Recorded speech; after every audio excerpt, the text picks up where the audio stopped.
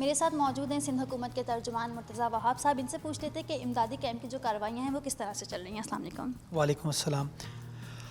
اس میں دیکھیں دو طرح کی چیزیں ہیں. ایک تو راشن وغیرہ جو ضروری اشیاء ہیں اس کو اکٹھا کیا جا رہا ہے, اور اس میں جہاں مختلف جو فلاحی تنظیمیں ہیں, ادارے ہیں, وہ کام کریں, اسی طریقے سے سندھ حکومت کے ساتھ جو کام کرنے والے ادارے ہیں وہ بھی یہ کام کر رہے ہیں. اس کے ساتھ ساتھ ہم نے کراچی کے مختلف اضلاع میں ریلیف کیمپ اسٹیبلش کیے ہیں, اور تقریباً کوئی 20,000 ایسے لوگ ہیں انٹرنلی ڈسپلیسڈ جو کہ بلوچستان سے یا سندھ کے باقی اضلاع سے اس وقت کراچی میں موجود ہیں, اور وہاں پر ان کو لک آفٹر کیا جا رہا ہے, جس میں کھانا وغیرہ بھی ان کو پرووائڈ کیا جا رہا ہے. جو فوری طور پر ان کو طبی امداد دینے کی ضرورت ہے وہ کام بھی کیا جا رہا ہے. اچھا, آپ کے جو کہ بہت سارے وزراء آن گراؤنڈ بھی موجود ہیں, تو کن کن چیزوں کی اس وقت جو ہے ان لوگوں کو ضرورت ہے, یہ بتا دیں سر عوام کو. لیکن 3 میں سمجھتا ہوں سب سے اہم چیزیں ہیں. ٹینٹ, چونکہ لوگوں کے گھر بار تباہ ہو گئے. ماسکیٹو نیٹ جو کہ ان کو بھی ڈینگی سے تحفظ فراہم کریں گے, اور ان کا جو مویشی ہے, جانور ان کے ساتھ تھا, اس کو بھی لک آفٹر وہ کریں گے.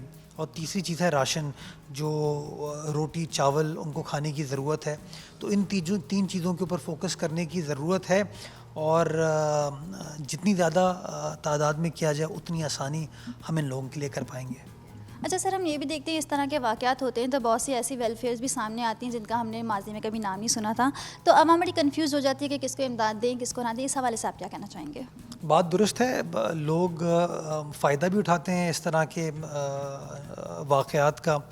تو ہم کو کوشش یہ کرنی چاہیے جو کریڈیبل ادارے ہیں ان کے ساتھ ڈیل کریں.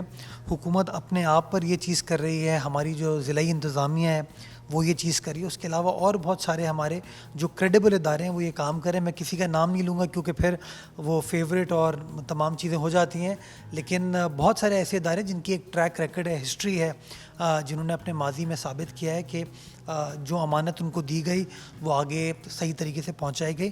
تو جو کریڈیبل ادارے ان کو دیں, حکومت کے ساتھ ڈیل کریں.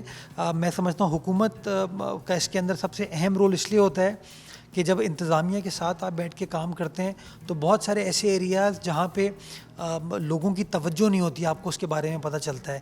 بیکاز جب اس طرح کی چیزوں کو بانٹا جاتا ہے تو کنوینئنٹ جگہوں پہ لوگ چلے جاتے ہیں, لیکن بہت سارے ایسے دور دراز کے ایریا ہوتے ہیں جو اگنور ہو جاتے ہیں.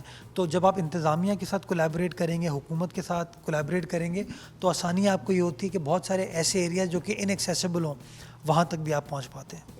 اچھا سر, ہم نے یہ بھی دیکھا کہ سیلاب متاثرین جو سندھ کے تھے بہت سارے شہر کراچی میں بھی آ کے بسے ہیں, تو ان کے لیے کیا امدادی کارروائیاں اس وقت چل رہی ہیں؟ میں نے آپ کو بتایا کہ وہ ہم نے ریلیف کیمپس اسٹیبلش کیے ہیں, جہاں پہ تقریباً کوئی 20,000 اس وقت لوگ ہیں جن کو لک آفٹر کیا جا رہا ہے, رہ بھی رہے ہیں وہاں پہ, اور ان کو کھانا پینا بھی پرووائڈ کیا جا رہا ہے, اور جو امیڈیٹ میڈیکل ٹریٹمنٹ کی ضرورت تھی بالخصوص بچوں کی, بزرگوں کی, وہ بھی کی جا رہی ہے. اچھا سر, میں نے آپ سے یہ سوال دوبارہ اس لیے پوچھا کیونکہ اب میں آپ سے یہ پوچھنا چاہ رہی ہوں کہ یہ جو آتے ہیں سیلاب متاثرین, ہم نے ماضی میں یہ بھی دیکھا یہ واپس نہیں جاتے ہیں. اس حوالے سے میں نے مسعود معین صاحب سے بھی یہی سوال پوچھا تھا کہ اس کی ذمہ داری کس پہ ہونی چاہیے کہ آیا جب ان کی چیزیں بہتر ہو جاتی ہیں تو یہ واپس جائیں, اور کس طرح سے جائیں, اس پہ کون دیکھ بھال کر رہا ہے؟ دیکھیں یہ ملک ان کا بھی ہے, اور بحیثیت پاکستانی آپ یہ نہیں کہہ سکتے کوئی شخص کس شہر میں جا کے بسے. یہ آپ ان کے اوپر چھوڑتے ہیں کہ جی وہ کیا فیصلہ کریں.